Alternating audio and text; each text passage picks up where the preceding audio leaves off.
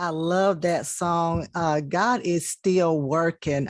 We may not see him working. A lot of times we don't feel him working, but he is always behind the scenes. He is working miracles. He is making a way out of no way. He is keeping his promises. Love that song. Love that song. Well, thank you everyone for joining us here on today in the break room, in the car, at your crib, wherever you are. Thank you for joining us. You have just tuned in to Birmingham Bible Church's Winning Wednesday. And we always like to say we love to decree and declare that you are a winner. And so also want to wish all of our Hispanic brothers and sisters happy National Heritage Month. Everybody deserves a month. And so, of course, I know there's a lot of celebrating and really learning about Hispanics and their heritage. So happy National Hispanic Heritage Month to you guys. It is always our desire on Winning Wednesday to bring you some vital information. I want to always bring you something that's going to change all of our lives for the better. And so today is no different. Today we are continuing a discussion that we started a few weeks ago on pain management with our guest expert. Yes, well, I say guest. She is no guest. She's been here before, but she is definitely an expert. And so last time we had such a great discussion. We talked about the types of pain, everything from headaches to cancer to muscular pain. We talked about risk factors, your age, your gender. Listen, I took a lot of great notes. I hope you guys did too. And then she talked about, which, is a lot of great things that she talked about, but when you're in pain, you need to attack it from all angles, not just that physical aspect, but if there is a psychological aspect, maybe you have to see a counselor to kind of help you with techniques, or maybe it's a social factor where it could be the environment that you're in. And then there are lifestyle changes. We all know about these, we don't always want to jump to medication, but there's other things you can do. There's nutrition. Larissa's always messing with my chocolate cake. So, okay, got to decrease the sugar if you don't want to be in much pain. She always said moderation too. So moderation is a key. But also sleep routine, making sure that the environment is conducive for sleeping, that the temperature is set in the house right, that, meditation, making sure your room is dark and comfortable. All sorts of good stuff. So listen, go back and watch it. Make sure you do that so that you can get all the information that I just talked about on a better level. And so our presenter is here on today once again. So listen, for all of you who are watching, hello Facebook, hello YouTube, hello for all of you who are watching through all of our various ways. Make sure you are sharing this broadcast with someone. Make sure you are tagging someone. If you're in Facebook, make sure you tag them, in the comment section, do the @ sign and then put their Facebook name. And then also make sure you are texting someone who needs to hear this great information from our very own Dr. Larissa, who I love to say she is our sister from another mister. So, hey, Larissa. Hello, sister from another mister. How are you? I'm good. I'm actually coming in from the pain conference, like the big international pain conference that goes on every 2 years. This year it's in Toronto. So I'm coming in live from, for me, the motherland. So it's nice. I've been able to go home and see my parents and everything. But this is, I was, thinking about this talk and, it was just in a meeting with people who were talking, we were talking about disparities and all that kind of stuff. So it's been good. I've got, all kinds of information. There's new research coming out. I wish I could have put it all into this talk. That's okay. Just save it for next year. I'll just come back. That's it. I'll just come back. No, but it's been awesome. So hopefully I can, share some of the wisdom if I can remember some of it from the talks that I've been at, but I'm here all week. And so we're going to talk about more stuff about chronic pain. I'm going to go ahead and share my screen. So you That's guys can see, because awesome. y'all know I love PowerPoint because it keeps Oh, me on track. we love PowerPoints too. Yeah, I have ADHD, and so I'm like, I just need I need notes, and I need someone to keep me on track. Oh man. All right. So last week I'm gonna kind of pick up where we left off 2 weeks ago. I'm gonna kind of go over what we talked about, kind of an abbreviated version, just for those who weren't here. So that way we're all kind of on the same page. And then we're gonna talk more about chronic pain disparities and interventions. So with that, we're going to talk again, like, what is chronic pain? What is the difference versus the disparity? Some of the disparities we see in chronic pain. We'll talk about some of the traditional interventions for chronic pain. And then I'm going to re-go over the lifestyle interventions just very briefly at the end for those who missed it, because I think those are probably the most important ones that we can do. And I just realized I never put my picture in this. So this is not me. But I know this is the template. She's beautiful. So I'll pretend that she's me. But for those of you who don't know me, I am Dr. Larissa Strath, sister from another mister. I love it. And I am a postdoctoral associate at the University of Florida. And I'm also the education director of Cooking Well 501c3 in Birmingham. So I'm still involved with a lot of things in the Birmingham area. And I actually study the nutriepigenomic underpinnings of chronic pain, but I also like to look at the disparities that are within them. And when I say disparities, we're going to go over that here in just a second. So for those of you who are new or just need a refresher from the last talk, we're talking about chronic pain. So what is pain? So this is the definition from the IASP. This is the conference that I'm at right now. Just basically the governing body for the world on pain research. So pain is an unpleasant sensory and emotional experience associated with or resembling that associated with actual potential tissue damage. So this is important to know because there is this nervous system sensory feeling component to pain, but there is also an emotional component as well. So there is a distressing component to it. And this is going to be unique to every single individual. We're going to kind of talk about that more in detail today, based off of just your life and your experiences. So acute pain, again, is short-lived and usually subsides over time as the body heals. Think of it as a sprained ankle. You sprain your ankle, it swells up, it heals, the pain usually goes away. People who have chronic pain, either the pain does not subside with the healing process, or it has no pathological source. So there are some chronic pain conditions where you can take as many x-rays as you want, as many MRIs as you want, you can do as much blood work as you want, and there's no tangible reason that we know of now as to why they will have that pain. And the key is it needs to be persistent or recurring for at least 3 months. Your 6 key notes on pain that we went over, I'll just briefly go over because I think this is something that everyone needs to know. It's so important, is that pain is, number one, always a personal experience that is influenced by biological, psychological, and social factors, as Lady Pam's so awesomely summarized.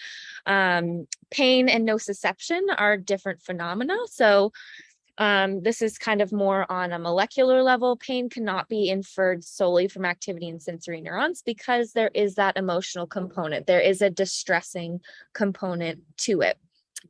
Number 3 is that through our life experiences, we learn the concept of pain. So one person's idea of what the worst pain in the world would be, for, probably Lady Pam, is like childbirth because she's had kids.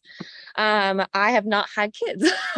So my worst pain is not going to be childbirth because I have no idea what that's like for me. So we all learn the concept of pain through our life experiences. And because that is a unique experience, that leads you to number 4, is that a person's report of experience as pain should be always respected. So if someone comes to you and says, I'm in pain, this hurts, I don't care if you don't think it should hurt. it should be respected, because it could very much be hurtful to them. Number 5 is that although pain usually serves an adaptive role, pain isn't all this negative thing. It is actually a healthy response to your environment. It lets your body know that there's something that you need to be paying attention to and directing your energy to. But when you have things like chronic pain, it may have adverse effects on function and social and psychological well-being. And we're going to talk about that a little bit more. And that verbal description is only one of several behaviors to express pain. So just because a person or an animal doesn't have the ability to communicate does not mean that they're not experiencing pain. Verbal description is only one way that we can describe pain. Again, just the types of chronic pain, very quickly. We have chronic primary pain, which is basically anything that doesn't fall within any of the other domains. These are things like chronic widespread pain, fibromyalgia, things like that.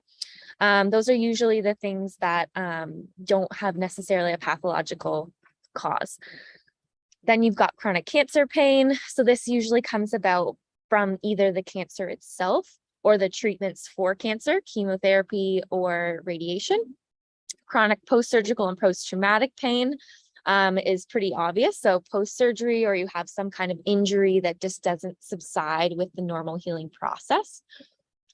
Chronic neuropathic pain is common in a lot of disorders like diabetes. People who have diabetic neuropathy will often get pain in their hands and their feet, or as well as numbness and tingling. So that is usually characterized by an actual injury or lesion to the nerve itself. Chronic musculoskeletal pain is probably the one we're most familiar with. That's things like sore muscles, sore joints, osteoarthritis, rheumatoid arthritis, all fall into that category. Visceral pain, stomach aches, menstrual cramps, all kind of go into visceral pain. So all of your visceral organs, that is what is considered chronic visceral pain.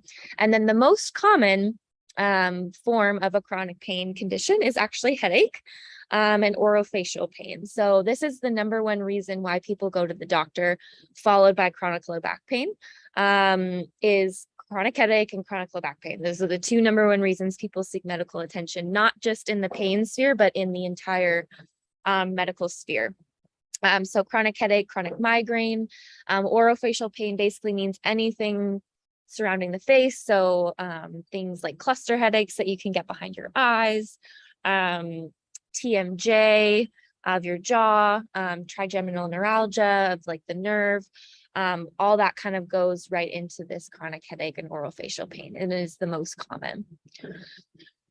So now we'll kind of start to switch gears into more of what we're going to talk about today, and just kind of go over two differences, or two definitions, I should say, and their difference and disparity. And I remember when I was defending my PhD, I was ready for like the hard hitting questions. I was like, all right, I've got all the molecular mechanisms, I'm ready.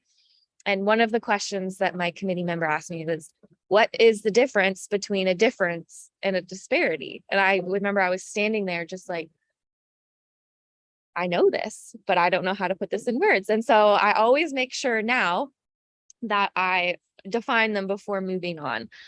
So when we talk about differences, demographic differences, I should say, so that's differences between race, sex, and gender, socioeconomic status, those things like that. When we say the word difference, we just mean a point or a way in which people or things are not the same. So the differences between women and men is an example. The key thing here is there is still an equality component to it. So they're different, but they do not, one does not have burden compared to the other. Just the way that they're existing is different, but it's good. The other side of it is a disparity. So when we're talking about disparities, we're talking about a situation in which two or more things, or in our case, we're going to be talking about people. So two or more people are not equal or similar, especially when this is thought to be unfairly burdensome. So there is a increased burden on this particular group of people, in our case with chronic pain diagnoses, sensitivity, things like that. So it is different, but it's also unequally balanced. So when we say disparities, that's what we mean. So that leads us into kind of the discussion, is that not every person experiences pain in the same way. When we talk about demographic differences, there are a ton. Like we said, we were just talking about how, it's a unique experience for everybody. So there's also going to be variability within groups, but we can actually pick up patterns in the research based on different demographic groups. It's again, like things like sex and gender, racial groups, different socioeconomic status, all those kinds of things. And we can pick up patterns and we can see if those things are going to contribute to an elevated risk of pain. So like I said, the burden of chronic pain does not fall equally across different demographic groups. It is so unequal that the meeting that I was just in, you can see here, is the sex, gender, race, and pain special interest group. So there is an entire subspecialty of chronic pain looking at these disparities. And it's one thing that I am also very interested in, to make just life a little bit more equitable for everybody. Again, we talked about this last week. The reason why people don't experience things the same is because pain is biopsychosocial in nature. And what I mean by that is it has biological factors, psychological factors, and social factors that can contribute to its intensity and its prevalence. Lady Pam, again, awesome job summarizing before, so I don't have to go too deep into it. But we talked a lot about some of the biological last week, some of the psychological with the meditation, how you can attack those different things. But now I'm going to kind of go into how these biopsychosocial factors could actually influence the disparities that we see. All right, so the first thing I want to talk about is sex differences in pain. And when I say sex differences, there has to be a distinction between sex and gender. So sex, when we refer to it in research, is the genetic sex you were assigned at birth, so male or female. Gender is more of a social psychological construct based off of roles and where you fit in society, all of those kinds of things. So that's why you can get individuals who are cisgender, who feel that their gender matches their sex. And then you have some people who are transgender who feel that their gender does not match their sex. And so when we talk about sex differences, we're really trying to look at just the biological differences here. So the biological differences between males and females, I should say, chronic pain prevalence is about 70% female. So within the pain community, all of those different types of chronic pain that I just talked about, 70% of that population is going to be female, which is alarming. And it's interesting because I think we talked last week that, pain does have an immune component to it. It involves the immune system and involves inflammation. And 70% of individuals with autoimmune diseases are also female. So there is definitely some kind of a immune related component here that we're trying to figure out, because that's very, very important in terms of treatment. So if the immune system and the nervous system are acting differently in females, but we're only testing drugs in males, no wonder they're failing in the general population. So for a long time, in research, female animals, female humans were not included. Mainly because they were worried about the fluctuation of the menstrual cycle and how that was going to play into all of the results and all the statistics and everything like that. But now, as in 2012, actually, the NIH basically said you have to use both male and female animals, male and female people. And if not, you have to have a pretty good justification as to why you're only using one. So if you're talking about things about like pregnancy and all that, pregnancy pain, of course, you're not going to necessarily look at males. But when you're talking about, headaches and migraines, those are all female driven. And if you're not looking at females, then you're kind of missing the big picture. I'm here to debunk a myth as well, is that pain intensity is actually often greater in females compared to males clinically. This is research that I've done, a lot of people have done, it's very consistent. Everybody always thinks that females have like this great pain tolerance, which I also, before I looked into it, completely, believed. But when we put people through the gambit of evoking pain and having them rate it, women and females will actually rate the intensity higher for a lower stimulus. So they feel the pain sooner. Now, that doesn't mean that their tolerance is lower or greater to the same stimulus. And a lot of people ask me, they're like, Larissa, but women give birth, like how?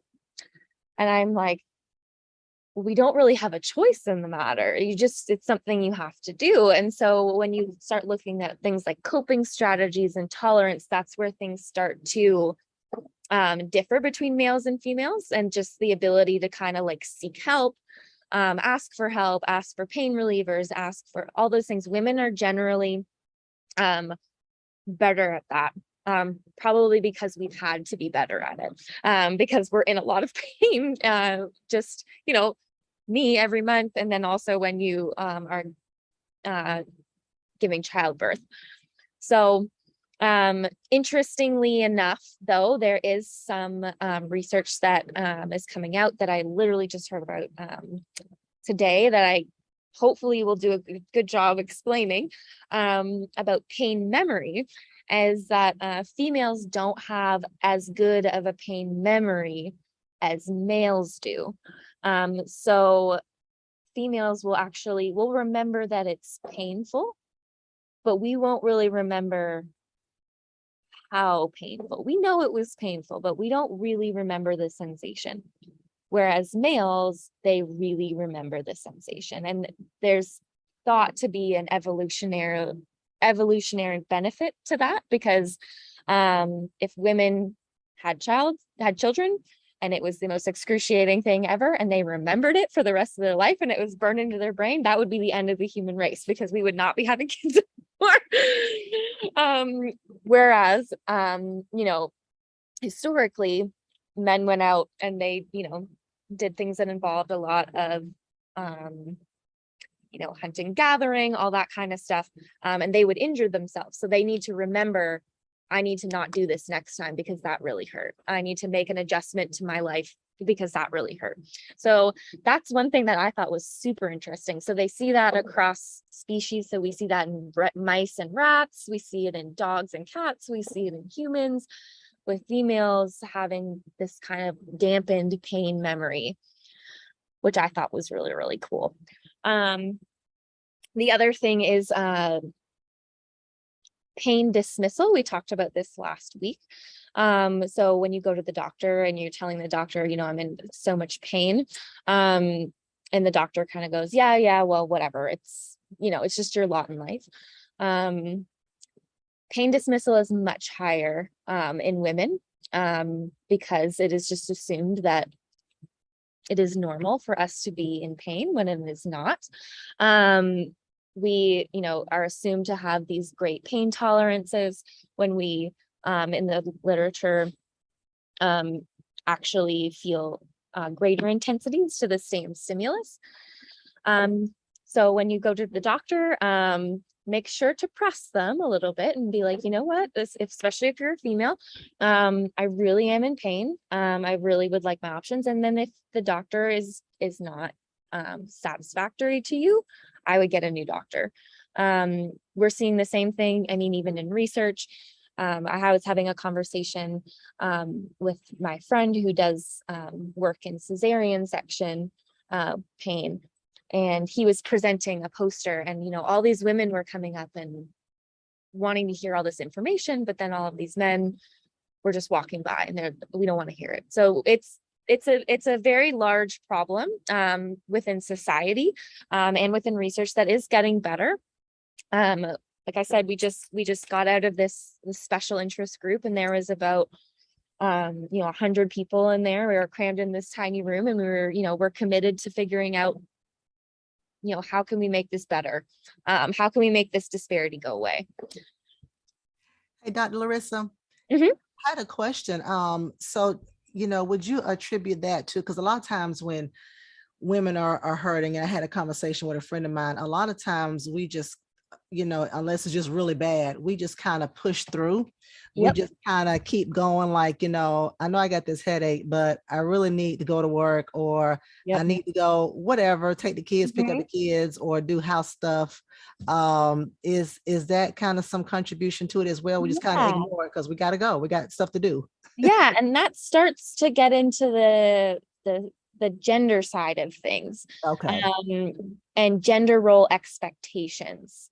So as women, we are expected to operate in a certain capacity all the time, and there's not a lot of wiggle room for us to take time for ourselves. And if I'm sick, I need to rest. There's historically, there just has not been a lot of space for us to do that. So our brains are like wired to just, what, I have a headache, but in order to be successful and to be a good mom and to be a good coworker and a good wife, I have to push through this. So you're exactly right. That is a whole area of research that is being looked at right now, in terms of, there is this biological component to these sex differences. Okay, but what about these gender role, psychosocial expectations that we have of each other as well as ourselves? I think a lot of us have very high expectations for us. I know I do, like probably unhealthily high expectations. And but yeah, to your point, exactly. You're exactly right. A lot of that has to do with that. Some of the other ones, the other disparities that we see, this is the other one that I particularly am interested in, as well as sex and gender differences, is racial disparities. So in the US, we primarily study the differences between non-Hispanic Blacks and non-Hispanic whites, but we are starting to study more different racial groups. But in general, non-Hispanic Black individuals tend to have higher pain ratings during experimental pain tasks. This definitely goes against history. This is, I always tell people, I'm like, do not believe the history books, because in history, they said that non-Hispanic Black individuals, they couldn't feel pain. So we're going to do experiments. And that was horrible, horrendous. So that is usually my first point, is that the opposite has occurred, and it was completely unfair as to what was going on.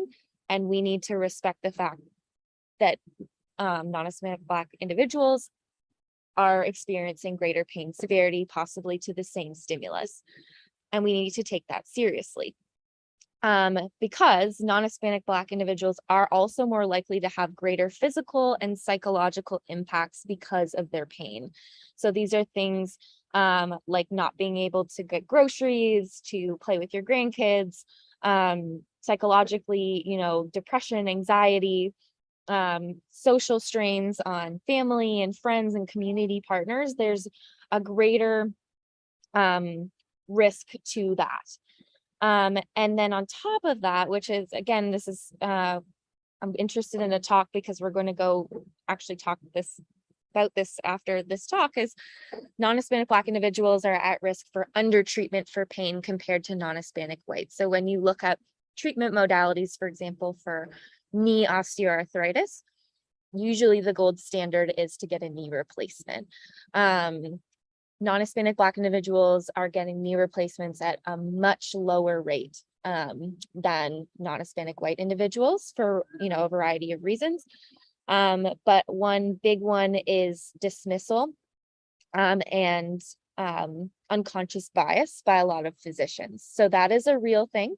There is a great researcher, his name is Adam Hirsch, who is developing all kinds of things to try to tackle this in the medical sphere. So if you have felt, dismissed or like they just didn't believe you, just know that that's a valid feeling to feel. You're not crazy.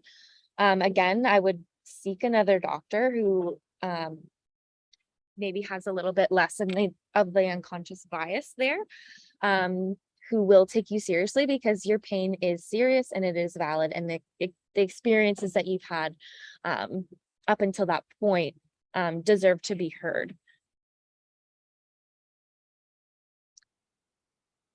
So the failure to implement new approaches based on these two disparities. So we've had, I'm going to talk about this in a little bit when we talk about our traditional interventions,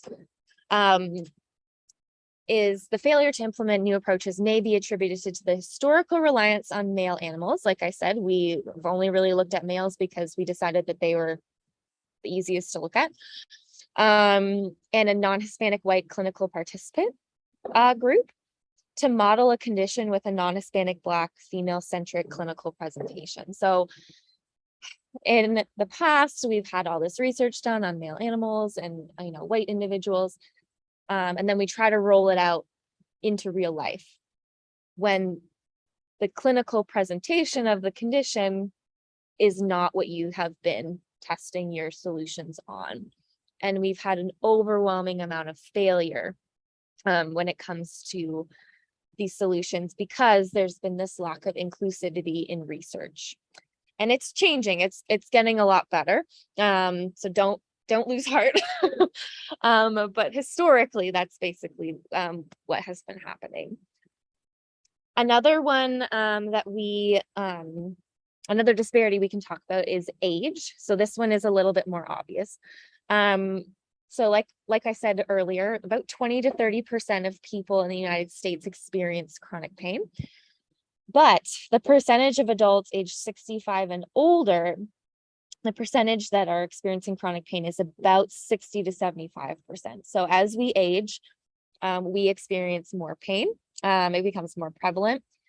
So that can be, pretty self-explanatory. People get osteoarthritis as they age. There's wear and tear on their joints.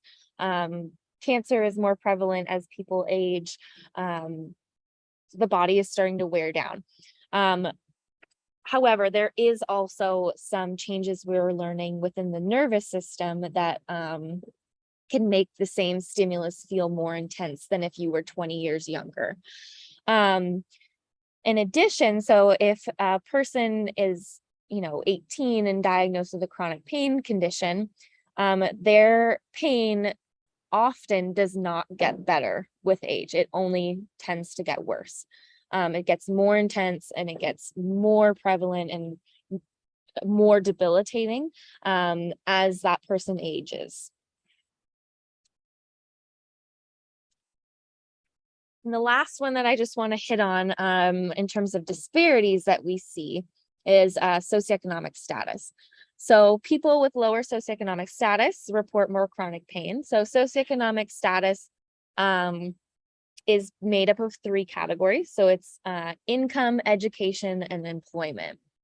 And you can either put all those things together, or you can separate them and take a look at them. And so people with lower SES is what we call it, report more chronic pain, which is likely the result of increased experience of chronic stress associated with being of lower SES. So just the stress of being financially responsible for a household and not knowing how to make ends meet, for not having, the education that you need to pursue a certain job that you want. And then also not being employed, whether it's because you're retired or you're on disability, or you just can't seem to get a job and it's just not in the cards right now. there's stress. And we talked last week about how stress can actually interact with our genetics and can change the way that our body is existing and functioning. So stress is huge. And then the other part of that is individuals with low socioeconomic status often have higher risk jobs. So they often do a lot more physical and manual labor. And that is an increased chance of work-related injury, which can lead to pain. And I'm going to escape for 1 second. And I wanted to show you some data from a paper that I'm actually writing right now, where you can see pretty blatantly the difference in different socioeconomic statuses. So this is, here we go. All right, so this is a group out of Gainesville, Florida. So we split basically everything into 3 different pain impact groups. So no pain, low impact pain means you have some pain, but it's not super debilitating to you. You can still live your life pretty well. And then people with high impact pain who, have very much a high pain intensity, as well as disability. It's impairing their daily functioning. So what I want you to pay attention to, that seems like a lot of a rainbow, is basically the top and the bottom. This is the way I look at it. So the people who are making lots of money, who are Black, and people who aren't making, this is household income per year. As you can see, the black bar kind of stays the same, not a huge difference between no pain and low impact pain. It is almost non-existent in this high impact pain group.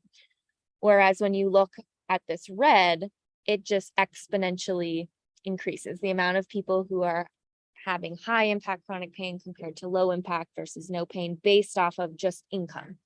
The other one that we looked at in this particular one was education data. So did not complete high school, all the way to a doctoral degree. Again, you see that same kind of pattern. We don't really know why, why that is. It could be, job related, it could be stress related, all of those kinds of things. Because there's a lot of reasons why people don't finish high school or go to college or anything like that. But it's still being teased apart. But what we do know is that the pattern remains true, is that people who have no pain, there was nobody in our group, our sample, that didn't finish high school.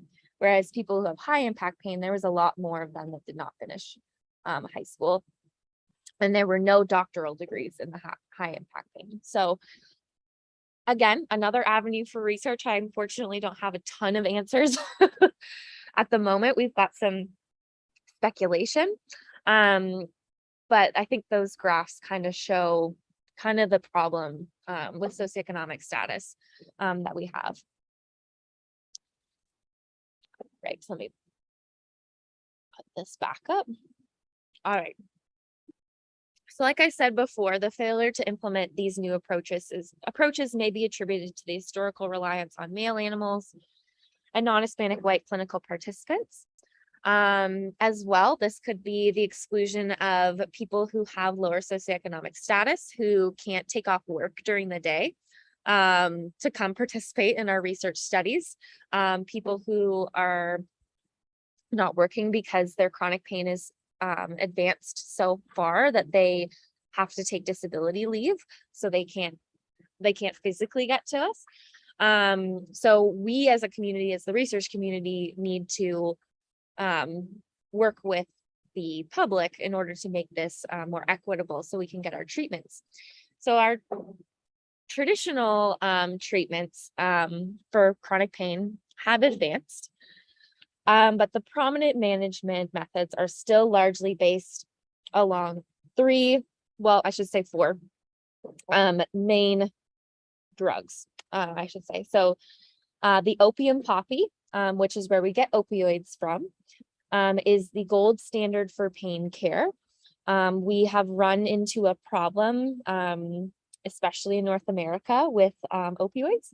where they were likely overprescribed. And now doctors, there's, regulations and all these things that in terms of prescribing.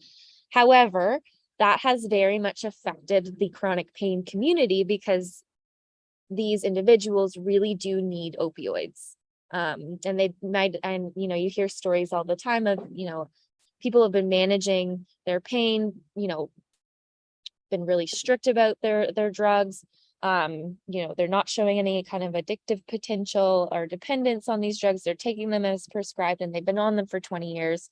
And now because of these new regulations, they're getting their medicine taken away from them. So we're kind of at this crossroads with opioids, where it is the best of the best. It is, like I said, the gold standard of pain care, but we're having trouble managing the diagnoses and the prescription of those things, just because we have an opioid crisis in North America. Second, willow bark is where we get aspirin from. So aspirin, I'm sure you've all taken an aspirin for your aches and your pains. It works. It's also good for cardiovascular health, we've learned. And then coal tar actually is where we derive acetaminophen or Tylenol from. So again, Tylenol, aspirin, opioids, and then the last class, which I probably should have included, but I didn't, is non-steroidal anti-inflammatories. So that's things like Advil and Aleve that work at combating the pain by reducing inflammation.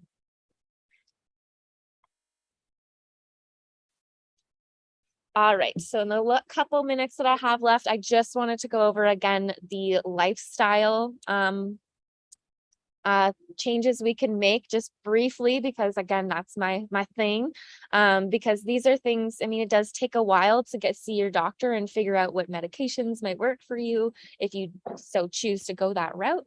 But these are things that you can implement right now.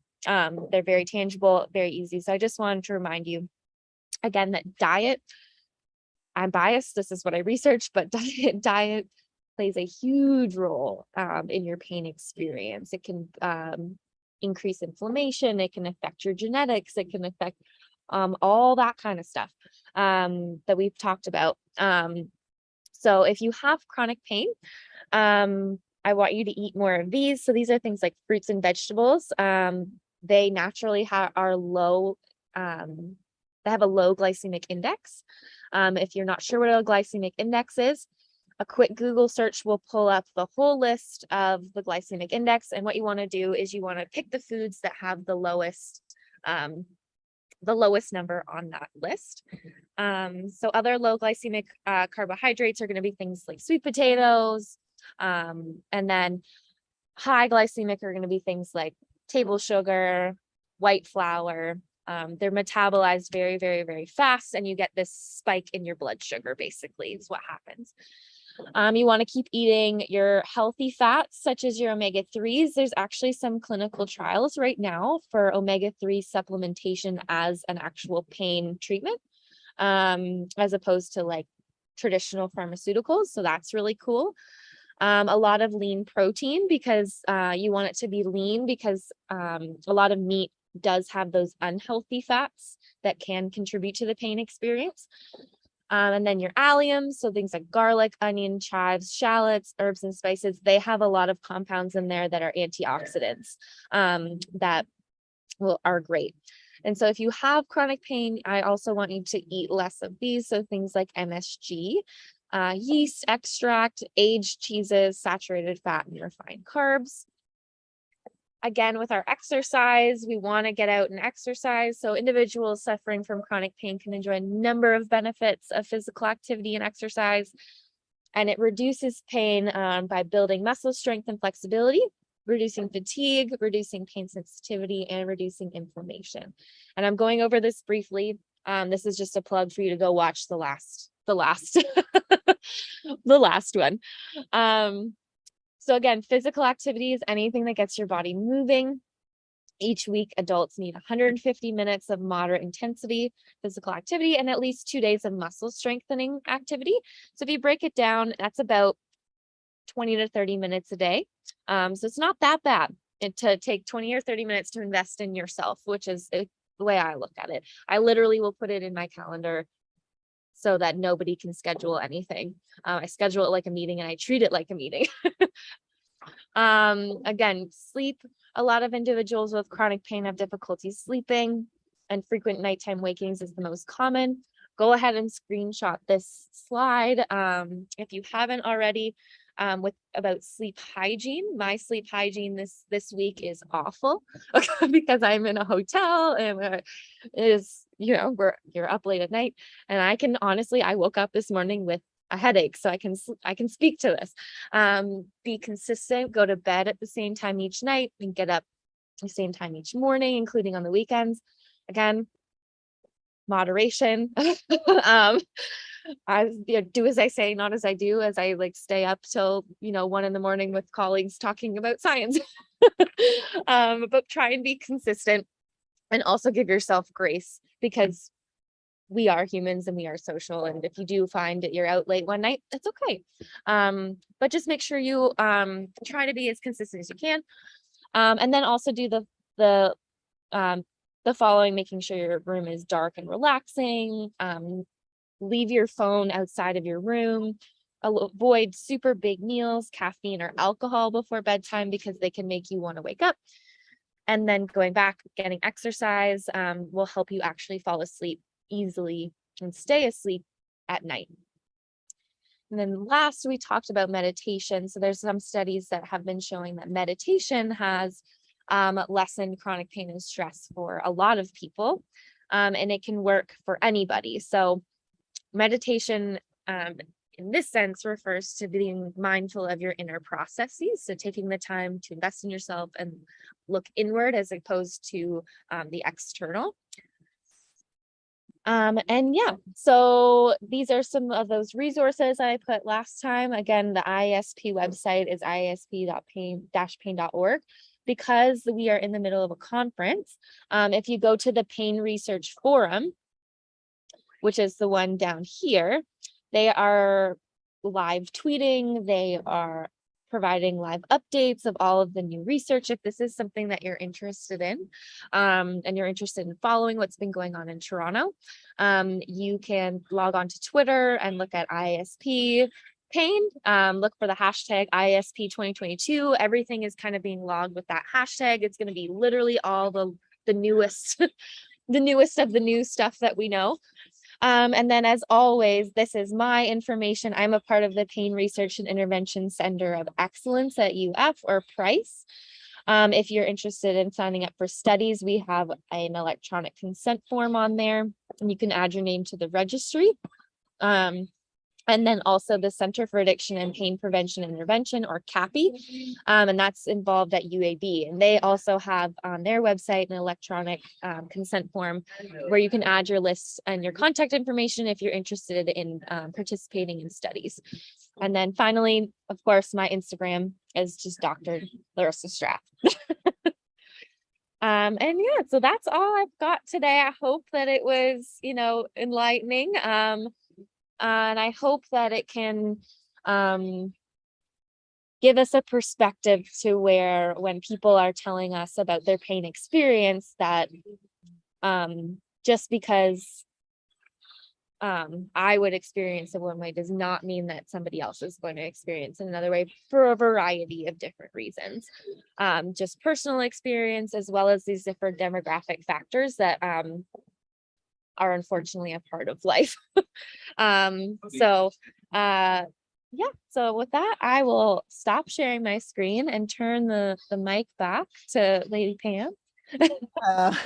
Awesome, Larissa, just awesome. I love all the information that you incorporated from last time, especially, and please let everybody know, because that was one reason we asked you to come on, was because this is Pain Awareness Month? Is that right? Am I saying it right? It is. Yeah. It's Pain Awareness Month, International Pain Awareness Month, and national, for the US, and that's huge. So not sure if anyone remembers, but the slide that I showed last week is that, more people in the US have chronic pain than cancer, heart disease, and diabetes combined.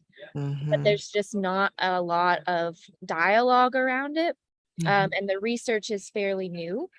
So the fact that there's a pain awareness month, and when you reached out to me and you were like, I want to do something for pain awareness month, I went, oh my God, this is so good. Because, I'm in this space all the time. So I obviously think it's important, but we need, the public and the community to realize the gravity kind of this disease and this disorder. Yeah, yeah. Yeah. And like you said, there's probably, many reasons why people are in pain. And since you say, the numbers have increased, it could be, because of COVID, because, stressors and all that kind of stuff, people having to work from home, kids having to be at school, that might have been a pain in our butts for some Yep. of us, Oh, yeah.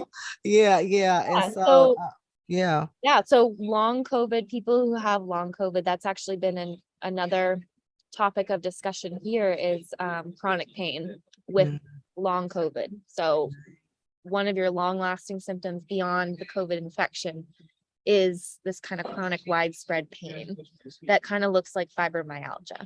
mm, Um, and a lot of people are actually being diagnosed with fibromyalgia because of that. So there's again that thought about the immune system. Something is going on with the immune system. Again, it's primarily in women with COVID and with long COVID. Again, males as well, but it's predominantly female. And there's so many reasons why someone needs to be in pain. So or is going to be in right, pain. So like you said, we just need to respect other people's experiences, across the board, not just with pain, but with all things. But in this particular case, of course, with pain, because there's no way for me to know right. what your experience with the same thing would be. Right, right. And like you said, when you go to the physician, I like that part. You need to speak up, Hmm. and not, you may have a physician who's kind of brushing it off, but you need to be adamant or find another physician, whatever, that is, and say, hey, no, I'm really having some pain here. I had someone else I knew who was in a lot of pain and, went to a doctor and found out, she had some form of cancer, Hmm. so, but she was just like, I'm just hurting and don't feel well. And so I'm going to figure out what it is. And, it's just that pushing, saying, hey, something's going on with me. Yeah. Yeah, yeah. The points that you even brought out about the racial disparities. Yeah, because as soon as you said that, I was thinking about that experience that the Gynecology Association did on African Hmm. American women. Yep. Yeah, Hmm. yeah. Oh And yeah. Oh yeah. they just said, hey, our tolerance is high. We don't have pain. So we're just going to operate with no anesthesia. Yeah. No. Yeah, No. yeah, Like, yeah.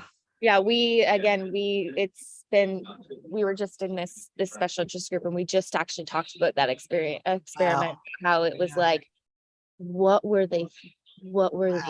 thinking, basically? Yeah. Like, there's no way. And then on top of that, you also have to then um rebuild trust with a group of individuals, Yeah. which Yeah. I completely understand. Um, coming as a white woman in research, there needs to be a level of trust between African Americans and me, Yeah. because of the history, and that's just the reality of it. Right. And a lot of researchers are realizing that, and they're making efforts to try and make the relationship better. But a Yeah. lot more work still needs to be done, just because you've got the Tuskegee Right. Mhm. experiment. So there's a strained relationship there. And we were just talking about we have a great leader of this SIG. Her name is Erica Merriweather. She's at NYU. She's awesome black woman. Strong, independent black woman. I love her. She's my idol. One of my really good friends. But she was like, we have to fix the relationship if we're gonna figure out this disparity, because Right. we need information from them. And if they're not, if people aren't willing to entrust you with their narrative and their story and their experience, then, so there Yeah. needs to be effort, from the research community and then also the medical community as well. Yeah, you're right. And I just have one last question.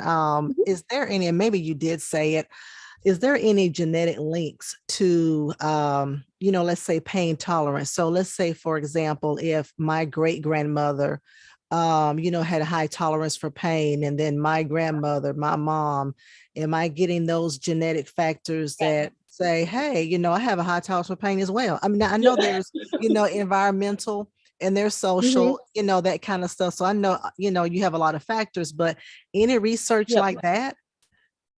So there is, so Jeff Mogul, he's at McGill. He's actually my academic grandfather. So my boss when he was in his PhD. He does a lot of pain genetics. And what he's found is that there's a lot of genes. Of course. But the problem is we can't seem to find any specific patterns of genes except for a few. A lot of them have to do with your opioid receptors. So how much, if you have a mutation in the gene, will determine if you can, tolerate more or less pain. It is also going to determine how well you tolerate opioids when you take them for pain management. But the majority, what we're learning, again, this is a new science, is that epigenetic factor is that even if you do have the genes, you have the greatest genes in the world. As you were saying, if you have this environment that is just not conducive to proper functioning, you can still have higher pain sensitivity. You can still have greater prevalence of or greater risk of having a pain diagnosis, things like that. So not necessarily changes in the genetic code, but changes in the way our body is using our genes. Yeah. Okay. All right. Well, Dr. Larissa, I know you are super busy. Thank you for always giving us some of your time for either the church, our members, our personal family. I'm always asking you questions and texting you questions, and we appreciate this relationship. And thank you for giving your time to this segment of Winning Wednesday on an area that you are just really an expert with, and you're even fine-tuning those skills by going to conferences. And so that speaks a lot, because we like to bring before our the people, just someone who just knows what they're talking about, who knows their stuff. And so you definitely do. I'm gonna just go over some really quick announcements, and then I'll let you give just a few ending comments at this time. Thank you everyone for joining us for Winning Wednesday. You just heard from Dr. Larissa. Don't forget to go back and watch the segment a couple of weeks ago. You see the flyer on your screen. So she did a segment September the 7th. And it was talking about understanding types of pain and, of course, those lifestyle changes. And so she goes a little bit in depth with a lot of those things that she kind of hit on today. So go back and watch that. Thank you for joining us on today. Next Wednesday, we have Margaret Ivory. She is going to talk about Medicare fraud.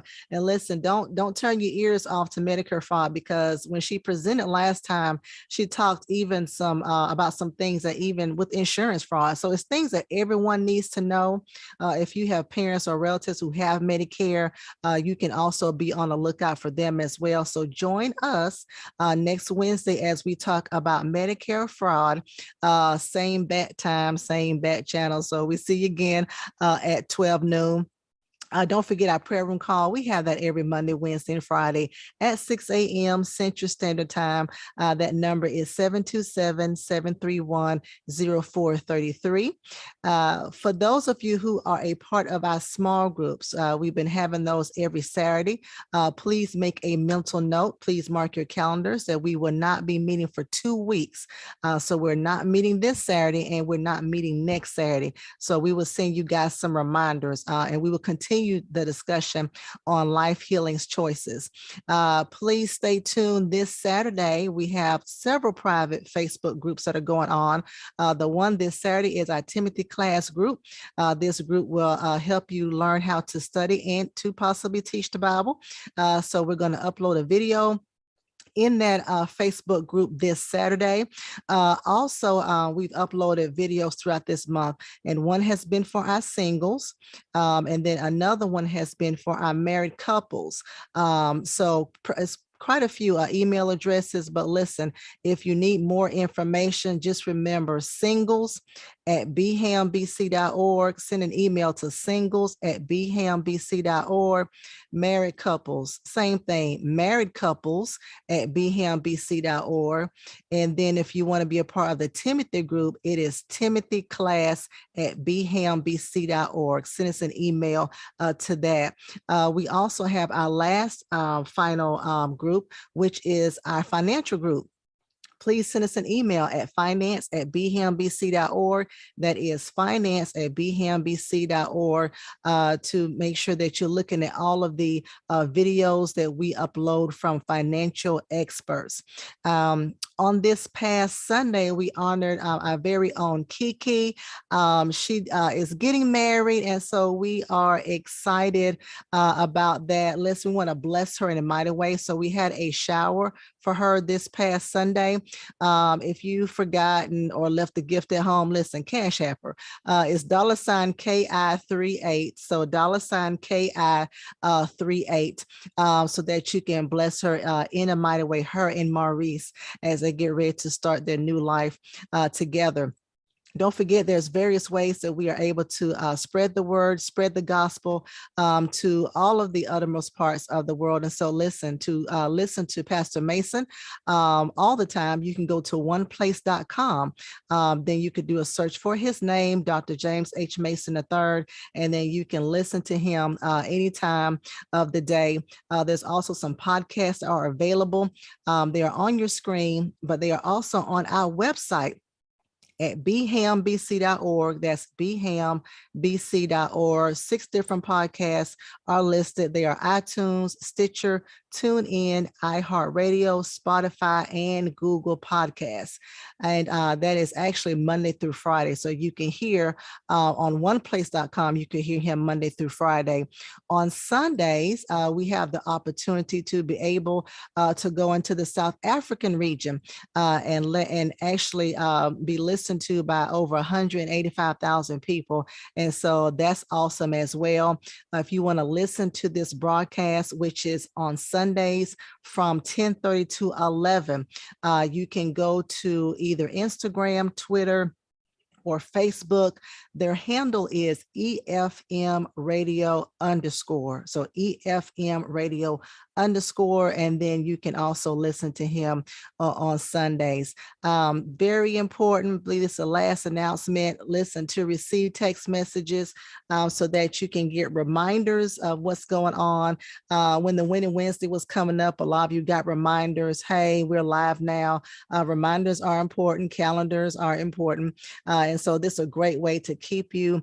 Just stay tuned what's going on in Birmingham Bible Church. So please, to be a part of this system, make sure you text BBCWW to 94253. You're going to text BBCWW to 94253. Of course, our website is bhambc.org, bhambc.org, to look at actually all the other announcements that I've mentioned, and then some other ones. Of course, Sunday we're virtual. Pastor's going to continue the lesson on the master's class on prayer.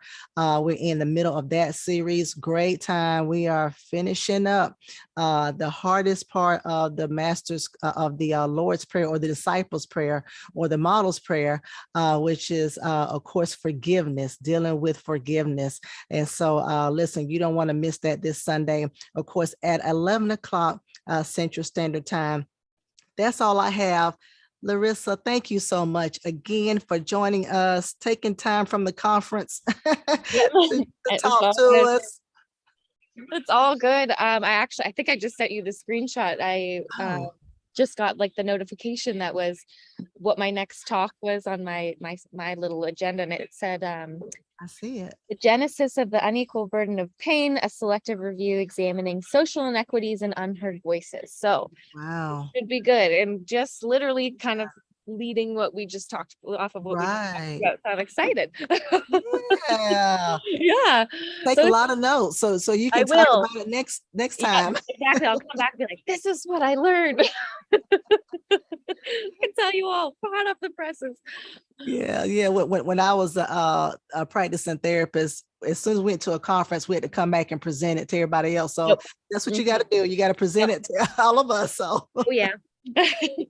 so yeah. So leave us with a few closing remarks. Yep. Again, I'm so glad, so honored, always love coming. I will do you clear my schedule for anything related to Birmingham Bible Church. So I love that you're incorporating Chronic Pain Awareness Month. It's a huge problem that, we as a community need to be respectful and more sensitive of people's experiences from, research, medical, to if you're a part of a support system. Because people are all going to experience pain differently. And then the burden of pain, hopefully I got it across, that it does not fall equally across different demographic groups. So if someone comes to you saying that they're in pain, whether that be physical or emotional pain, because sometimes emotional pain can manifest itself as physical pain, it needs to be taken seriously and respected. So hopefully moving forward, we can all try our best to do that. And until then, that's all I've got in the summary. That was a great summary. Thank Yeah. you, Larissa. We appreciate it. And be safe out there in Toronto. I Thank will. you. Thank you. Bye, everybody. Bye, social media. Bye.